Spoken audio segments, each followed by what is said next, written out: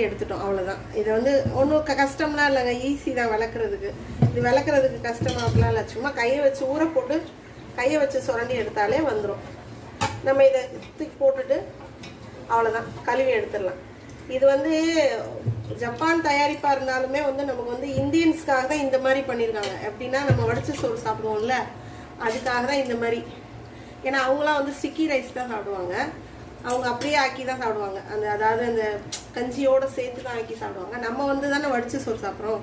இந்தியன்ஸ்க்காகவே இதை வந்து அவங்க கண்டுபிடிச்சிருக்காங்க, இந்த மாதிரி வடிச்ச சோறு செய்கிறதுக்காகவே.